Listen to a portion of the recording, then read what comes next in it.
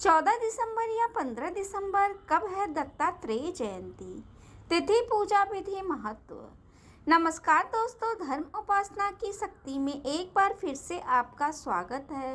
अगहन मास की पूर्णिमा को दत्तात्रेय जयंती के स्वरूप में मनाया जाता है। इस दिन भगवान दत्तात्रेय का जन्म हुआ था।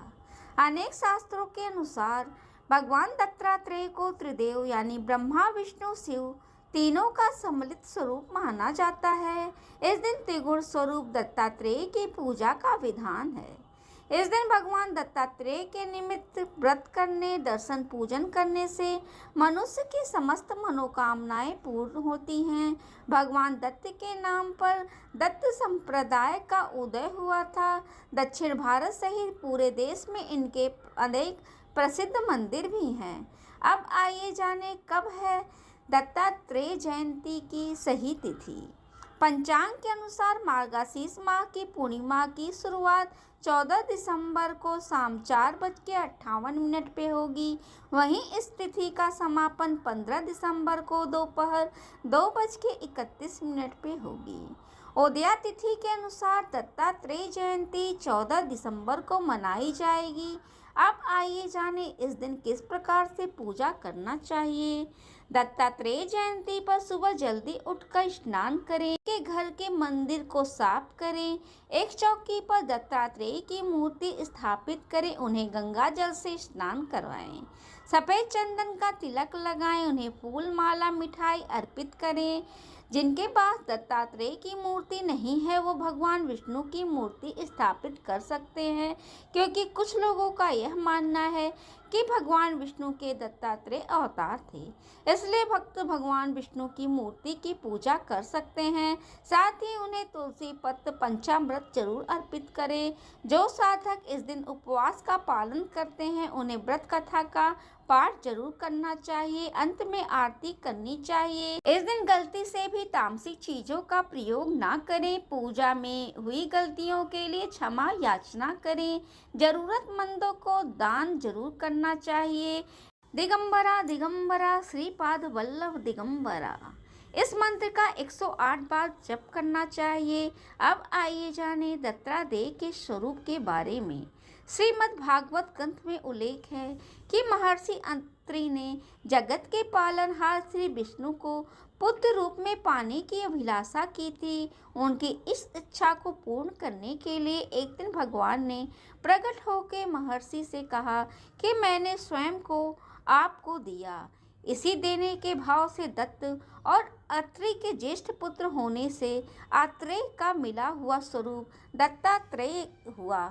इनकी माता परम पतिभक्त सती अनसुईया थी।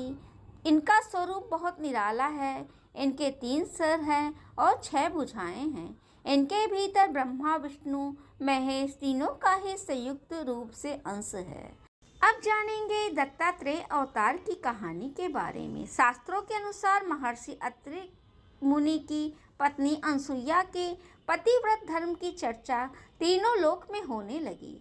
जब नारद जी ने अनसुईया के पति धर्म की सराहना तीनों देवियों से की तो माता पार्वती, लक्ष्मी और सरस्वती ने अनसुईया की परीक्षा लेने की ठान ली।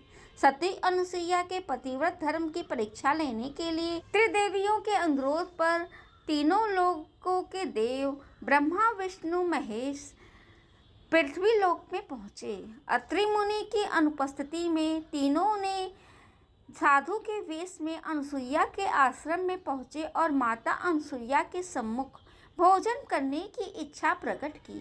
देवी अनसुईया ने अतिथि सत्कार को अपना धर्म मानते हुए उनकी बात मान ली और उनके लिए प्रेम भाव से भोजन की थाली परोस लाईं। परंतु तीनों देवताओं ने माता के सामने यह शर्त रखी कि वह उन्हें निर्वस्त्र होकर भोजन कराएं। इस पर माता को संशय हुआ। इस संकट से निकलने के लिए उन्होंने ध्यान लगाकर जब अपने पति अत्रि मुनि का स्मरण किया तो सामने खड़े साधु के रूप में उन्हें ब्रह्मा, विष्णु और महेश खड़े दिखाई दिए। माता अनसुईया ने अत्रि मुनि के कमंडल से जल निकालकर तीनों साधु को छिड़का तो वे 6 माह के शिशु बन गए। तब माता ने शर्त के मुताबिक उन्हें भोजन कराया। वहीं बहुत दिन तक पति के वियोग में तीनों देवियां व्याकुल हो गईं। तब नारद मुनि ने उन्हें पृथ्वी लोक का वृतांत सुनाया। तीनों देवियां जब पृथ्वी लोक में पहुंची और माता अनसुईया से क्षमा याचना की, तीनों देवों ने भी अपनी गलती को स्वीकार कर माता की कोख से जन्म लेने का आग्रह किया। इसके बाद तीनों देवों ने दत्तात्रेय के रूप में जन्म लिया।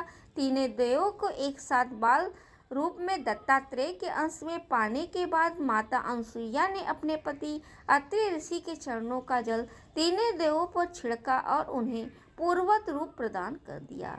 यह कहानी प्रसिद्ध है दत्तात्रेय के अवतरण के लिए। यदि आपको मेरी वीडियो अच्छी लगे तो उसको लाइक करें, शेयर करें, सब्सक्राइब करें एवं बेल बटन दबाना ना भूलें। धन्यवाद।